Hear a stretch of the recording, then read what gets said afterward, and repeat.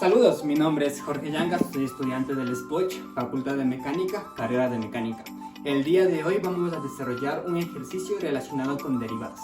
El tema a elegir es dilatación de metales, donde vamos a aplicar derivadas para conocer cuándo crece y cuándo decrece. Para ello, tenemos que realizar un breve estudio sobre qué es dilatación de metales. Por esa razón, yo he realizado una pequeña práctica donde he demostrado cómo es la dilatación de metales. Véanle, por favor. Continuando con la explicación del tema, vamos a realizar una pequeña práctica sobre cómo es la dilatación en los sólidos.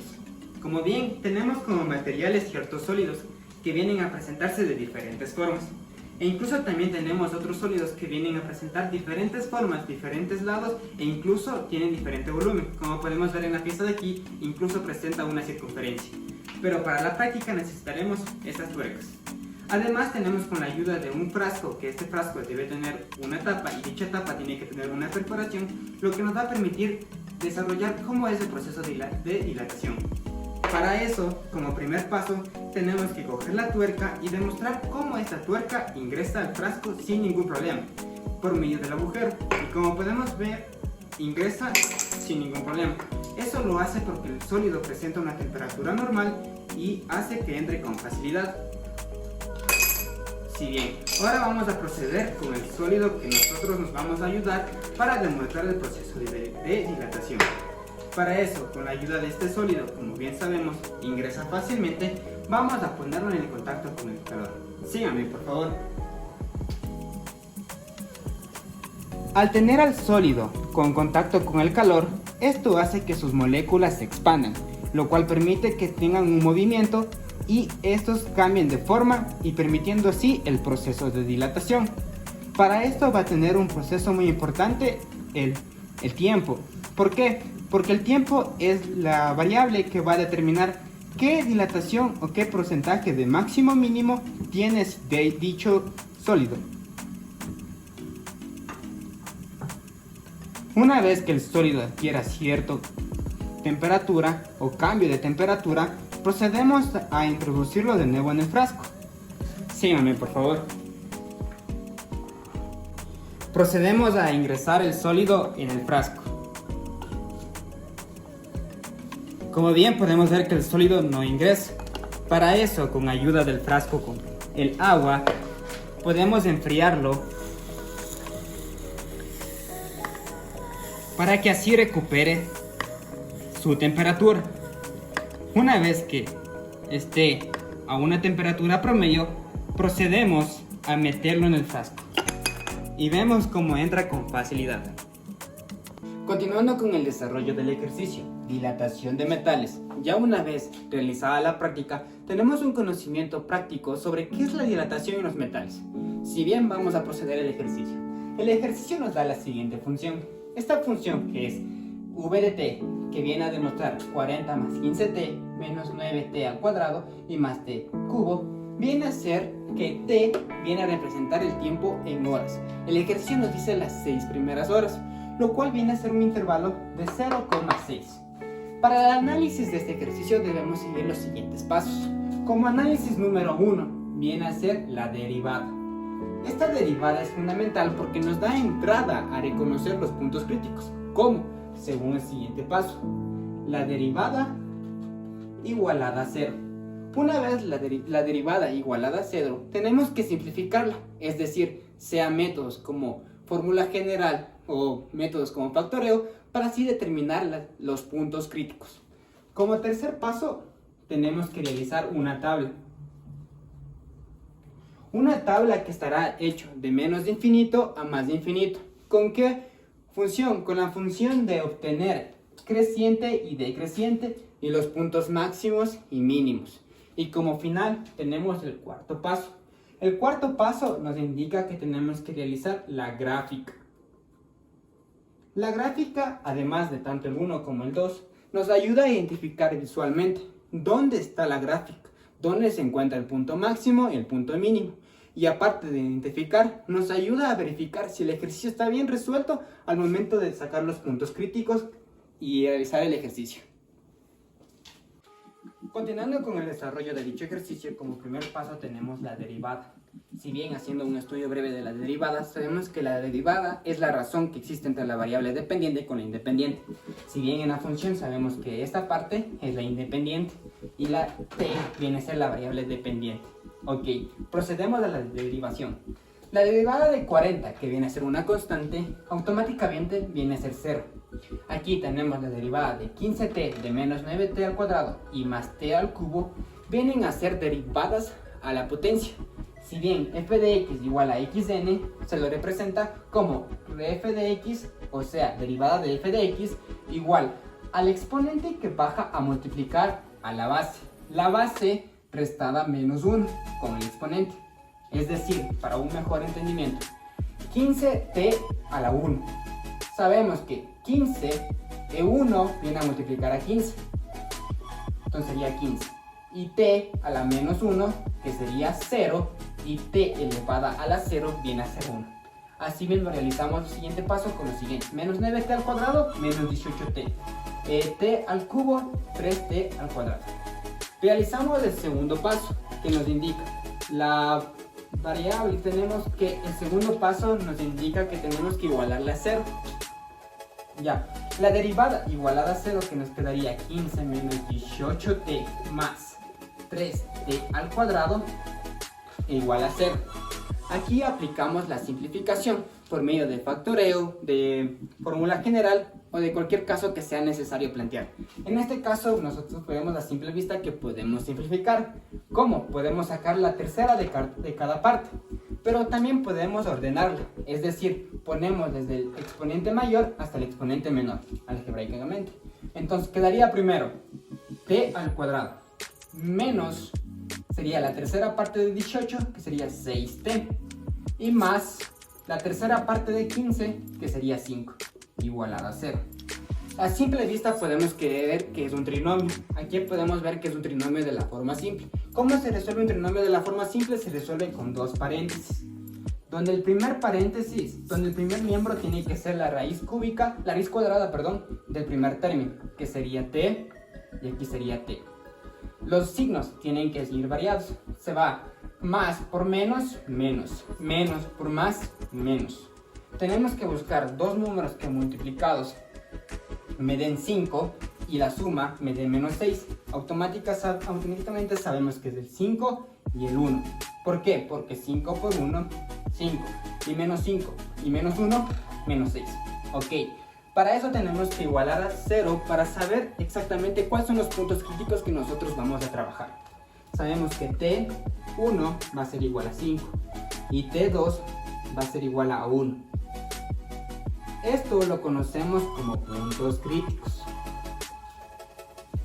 Posterior al paso número 3, que viene hacia la tabla, tenemos que analizar correctamente el ejercicio. El ejercicio nos indica que el ejercicio lo tenemos que realizar teniendo en cuenta en un intervalo de 0,6.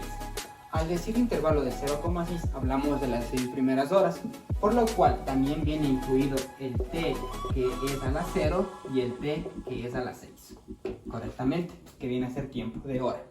Entonces colocamos estos puntos en la tabla, que vendría a ser desde menos infinito hasta más infinito correspondiente los números. Si bien tenemos t a la menos 5, que viene a ser 5, t a la menos 1, que viene a ser 1, t de t a la 0 y t2, pongámosle correctamente 2, t2 de 6, que viene a ser correctamente acá. Si bien realizamos la tabla, como t es positiva, vienen a ser los negativos a la parte de izquierda y los positivos a la parte derecha. Sería negativo, negativo, negativo, positivo, positivo, positivo. Correspondiente, igual, negativo, negativo, positivo, positivo, positivo. T, que viene a ser negativo, positivo, positivo, positivo, positivo. T2, que viene a ser negativo, negativo, negativo, negativo y positivo. Como siguiente paso tenemos que calcular los puntos de la función. Para eso tenemos que aplicar la ley de signos, donde dice menos por menos, más, más por menos, menos, menos por menos, más. Colocamos el signo más. Siguiente, menos por menos, más, más por más, más, más por menos, menos. Menos por más, menos, menos por más, menos, menos por menos, más. Siguiente, más por más por más, más por menos, menos. Y en más, colocamos más. Una vez colocados los signos, tenemos que identificar recordar más o menos que cuando tenemos de positivo a negativo, estamos hablando de un punto máximo. Cuando tenemos de negativo a positivo, estamos hablando de un punto mínimo. Correspondiendo a esto, conociendo esa parte, tenemos que colocar, si tenemos de más a menos, colocamos un máximo, punto máximo. Si tenemos de menos a más, tenemos punto mínimo. Si tenemos de más a menos, tenemos punto máximo. Y por último, de menos a más, tenemos un punto mínimo. Correspondiente, decimos que el punto 0 viene a ser máximo. El punto 1 viene a ser mínimo. El punto 5 viene a ser máximo. Y por último, el punto 6 viene a ser mínimo. Para determinar las coordenadas exactas de dicho punto, es decir, x, y, tenemos que reemplazar estos puntos, tanto 0, 1, 5, 6, tenemos que reemplazar en la función original. ¿Para qué? Para conocer cómo serían sus puntos en coordenadas polares, correctamente, o rectangulares, respectivamente, cómo lo vamos a graficar. Por eso, tenemos que reemplazar 0, es decir, cuando f de t tiende a 0, sabemos que tiene un valor de 40, porque 0, 0, 0 se anula. Cuando v tiende a t, digamos con el punto número 1, sabemos que con la ayuda de la calculadora lo podemos realizar. En sí, para ser breves, sale 47. Cuando v tiende a otro punto, al punto 5, asimismo, con ayuda de la calculadora, sabemos que este tiene un valor de 15. Y como último, el punto 6, asimismo, viene a ser 22. Ya. Estos puntos nos ayudan a identificar exactos dónde están ubicados los puntos máximos. De 0, 0,40.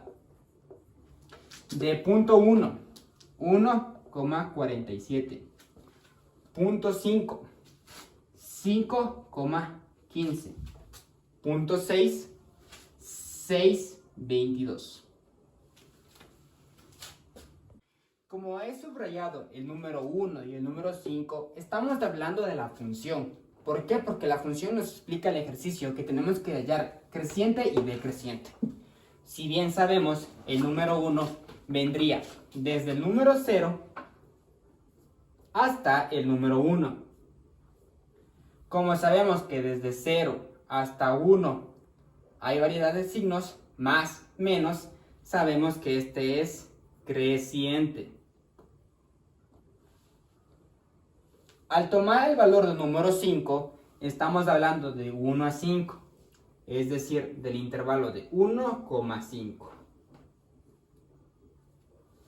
Al decir 1,5, refiriéndonos con los signos de negativo a positivo, estamos hablando de decreciente. Decreciente.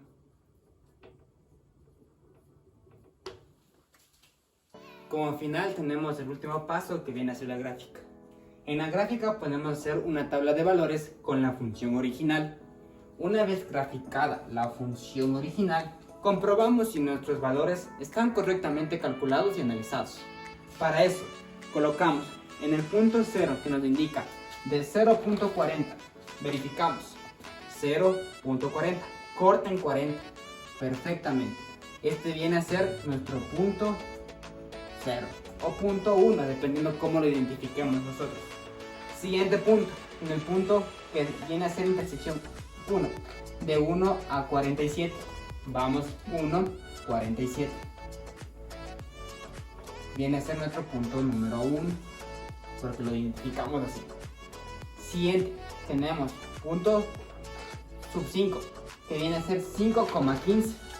Verificamos. 5, que viene a ser en la parte de acá, 3, 4, 5. 5,15. 20, 10, corresponde acá. perfectamente podremos decir que este viene a ser un punto. Y como último tenemos este punto sub 6 que viene a ser 6,22. Colocamos el 6 y el 20, subimos 2, 22. Correctamente acá. Este viene a ser el punto 6. Si bien, analizando el ejercicio donde nos dice que determinemos la creciente y decreciente, es decir, con los puntos hallados, que viene a ser creciente desde 0,1, sabemos que viene a crecer desde 0,1. Si lo prolongamos, sabemos que esta parte de aquí crece, ¿ok? Y si dice decreciente, según el análisis de nuestro ejercicio, dice de 1,5, ¿ok? Vamos de 1,5 hasta la parte de acá. Si vamos, nos indica que según nuestro análisis, que decrece toda esa parte de acá.